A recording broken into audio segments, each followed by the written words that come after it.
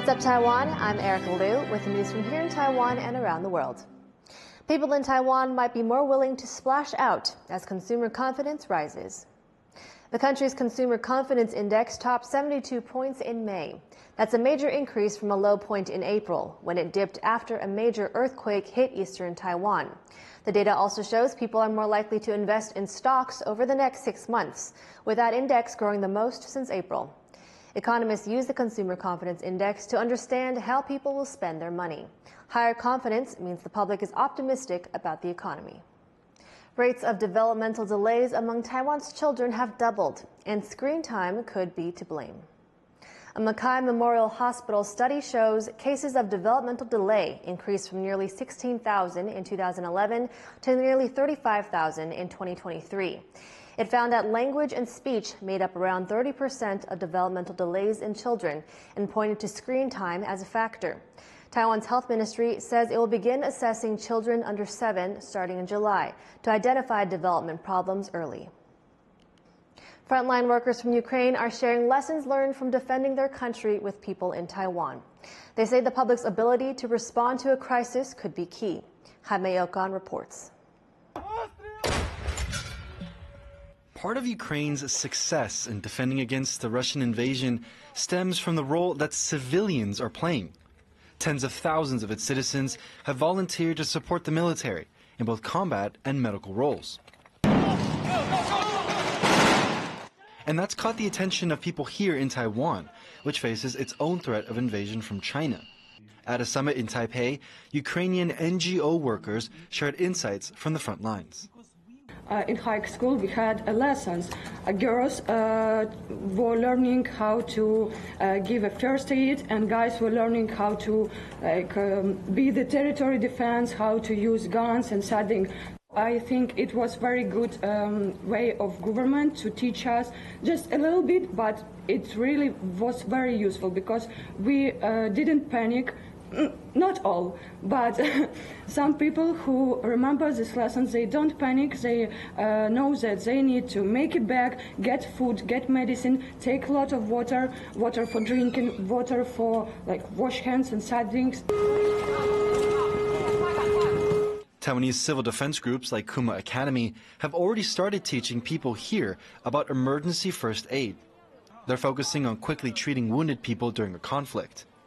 But these Ukrainians also say that with the world growing more unstable, learning things like using a gun is also necessary.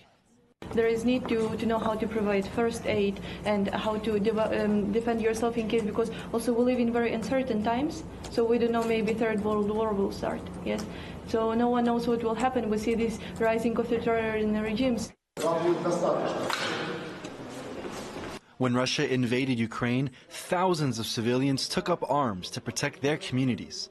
Working with retired or reservist military personnel, Ukraine created dozens of territorial defense forces to support the military.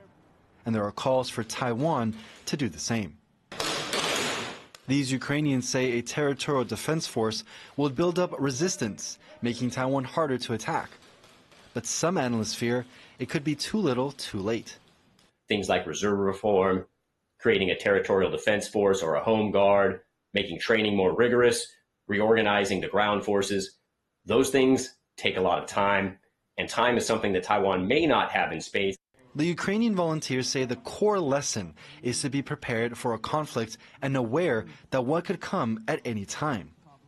The Ukrainians here say that words are meant to inspire action and not fear, and that many people in Taiwan are willing to defend their country. And actually, it's great to see that 50% of your population is ready to defend your country. But now the spirit should be, how to say, the government partnership develop in institutions and civilians from tactical medicine. So no panic, just when you know how to use tourniquets and everything. This is even morale is important when you know what are your steps. Instead of fear, you have to be prepared. As these workers head back to the front lines, people here are hoping to apply their lessons to Taiwan with the aim of being prepared for the worst. Andy Shrey and Jaime Okan in Taipei for TaiwanPlus.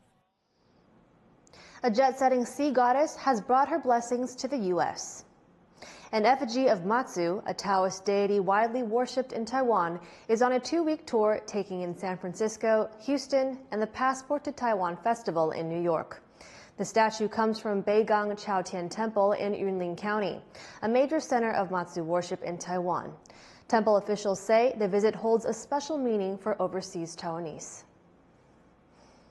Global drag sensation Nymphia Wind has returned home to Taiwan to headline the Taipei International Drag Fest. Reese Ayers was there to find out what her rise to international stardom has done for her community and for Taiwan.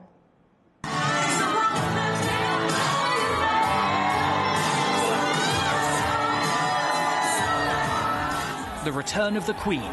Taiwan-born global sensation Nymphia Wind is back for her first public performance in her homeland since being crowned the winner of RuPaul's Drag Race Season 16. 对啊，就是终于夺冠之后，就是可以回来台湾演出，就是蛮开心的。毕竟这是家乡，所以就可以很期待回来，就是吃臭豆腐，然后吃芋圆，所以已经等了很久了。And she's got company. Performing alongside her at the second Taipei International Drag Fest, around 50 performers from Taiwan's local drag and arts scene, and 3 fellow RuPaul alumni, including Miss Jade So from Drag Race Philippines, and Plain Jane and Mirage, fan favourites who competed alongside Nymphia on her season of the reality competition show. Also in attendance, Taiwan's Culture Minister Li Yuan, as well as LGBTQ+ rights advocate and one of the country's few openly queer politicians, Miao Boya. 那我想台湾的指标其实就是多元跟自由，各式各样的表演在台湾都可以存在。 Nymphia's success as the first queen of East Asian descent to win the show has done a lot for the community's visibility and helped put Taiwan on the map for international audiences. Nymphia 对台湾获胜的影响，我觉得是一个很棒的呈现亚洲文化的方式，而且它的获胜也代表了台湾可以在国际上被更多的看见跟认识。Nymphia talked about Taiwan so much on the show, and because of her love of Taiwan, her showcasing of like all the culture, so it's going to make everyone see Taiwan more. And now back where it all began, Nymphia's homecoming is a cause for celebration. This event is a testament to the scale and quality of Taiwan's drag scene. A growing community of artists who combine fashion, comedy, performance, and activism. Throughout her rise to global stardom, Nymphia showcased Taiwanese and broader East Asian aesthetics and performance arts in her drag, and repeated nods to Taiwan's local drag community that raised her. Since returning home, Nymphia has been a busy queen bee. Between rehearsals, squeezing in a performance for then outgoing President Tsai Ing-wen, and attending protest events outside the country's legislature. 今天我觉得我的立场就是去捍卫我们辛苦就是得来的民主，然后就是觉得我们都要认真的站出来去捍卫我们在乎的事情，这样。And later this year, she'll represent Taiwan at the Paris Cultural Olympiad, as she continues her reign as America's next drag superstar, spreading Taiwanese and drag culture around the world and bringing a little bit of the world back to Taiwan. Joseph Wu, Kamashu, Simonetta Ho, Philip Brassard and Reese Ayers for TaiwanPlus. 9 sperm whales have been spotted off Taiwan's east coast in the past 2 days.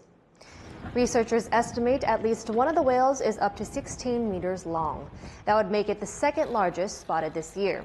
Whale watchers in Hualien say the animals are most active from June to August, and it's rare to see this many so early in the year. Researchers are looking into whether more whales are appearing because fewer tourists are visiting the area after recent earthquakes. Thank you for watching What's Up Taiwan. Finally, check out this dance festival in Bolivia. Thousands of people gather each year for the Lord of the Great Power to celebrate Catholic and indigenous traditions. I'm Erika Liu. Take care and see you next time.